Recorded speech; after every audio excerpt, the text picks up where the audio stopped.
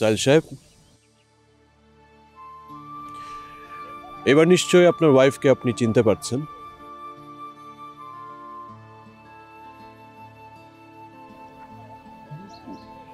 আনিকা, তুমি তুমি বেঁচে আছো? খবরদার, তোমার ওই নোংরা মুখে আমি আমার নাম আর শুনতে চাই না। আমি তোমাকে পাগলের মতো ভালোবেসেছিলাম, অন্ধের মতো বিশ্বাস করেছি, আর তুমি? দেখো আনিকা, বিশ্বাস করো। চুপ, একদম চুপ। শিশির সাহেব, আপনি এখনই ওনাকে আমার চোখের সামনে থেকে নিয়ে যান। সাহেল সাহেব, আপনার এখন কিছু বলার আছে? আমি কি একটা ফোন করতে পারি? শিওর।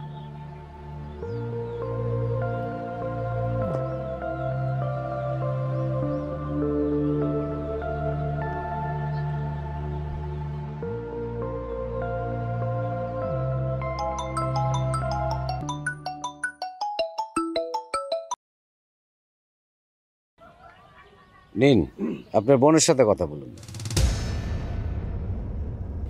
আমার বোন? মিস মাহির। আপনার মনে হচ্ছে যে আপনার বোনকে আমি কিভাবে চিনলাম?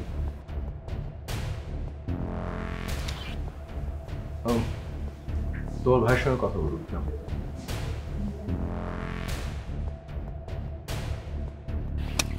হ্যালো হ্যালো মাহির। হ্যাঁ ভাইয়া, কেমন আছো তুমি?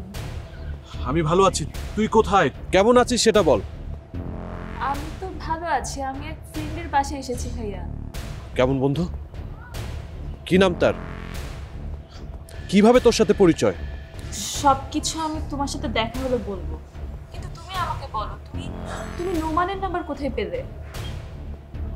আমি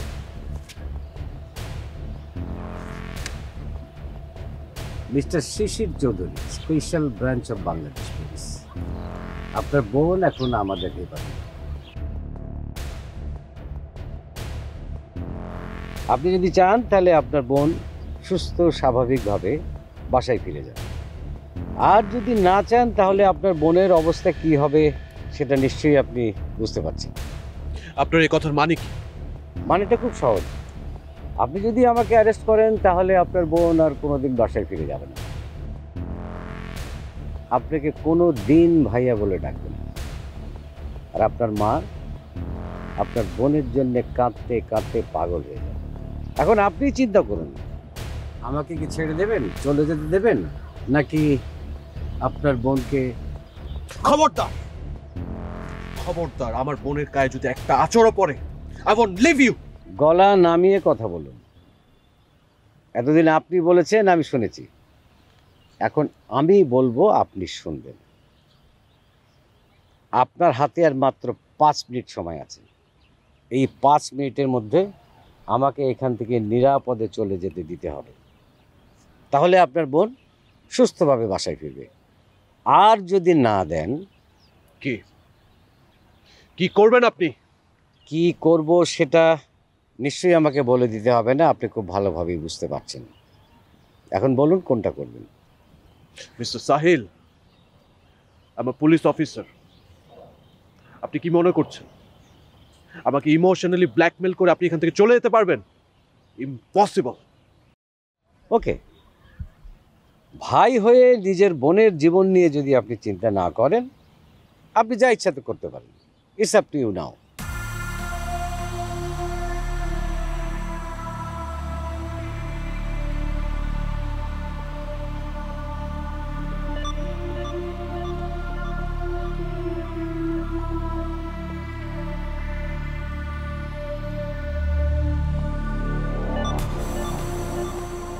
একটা অপরাধীর কাছে এভাবে মাথা নত করতে হবে, সেটা কখনো ভাবিনি। কতদিন পালিয়ে থাকবে? আজ না হলে কাল ধরা তাকে পড়তেই হবে। কিন্তু আমার বোন মাহির যদি কোনো ক্ষতি হয়ে যায়? না, আমার মনে হয় না তার এত বড় ভুল করবে।